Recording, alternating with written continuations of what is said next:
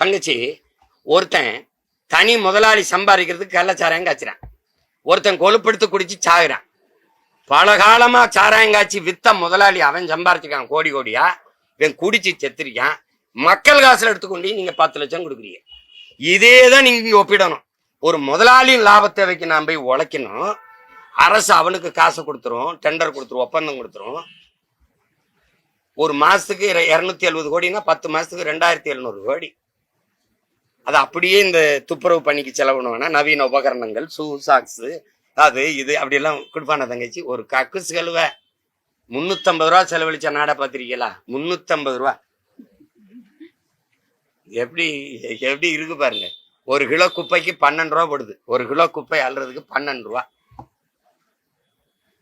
குப்பையை கூட அள்ள முடியாது. அப்போ குப்பை எல்ல முடியாது, தோத்து போயிருது. அந்த நிர்வாகத்தை நான் செய்ய முடியாது. கல்வியை கொடுக்க முடியாது, நான் செய்ய முடியாது, தனியார் தான். மருத்துவத்தை கொடுக்க முடியாது, அதை நான் செய்ய முடியாது, தனியார் தான் நல்லா செய்வான். போக்குவரத்தை நான் நடத்த முடியாது, அதை தனியார் தான் நல்லா செய்வான். மின் உற்பத்தி விநியோகத்தை நான் செய்ய முடியாது, அது தனியார் தான் நல்லா செய்வேன். நீ என்ன புடுங்குறன்னு கேக்கு, உனக்கு என்ன வேலைன்னு கேக்கு.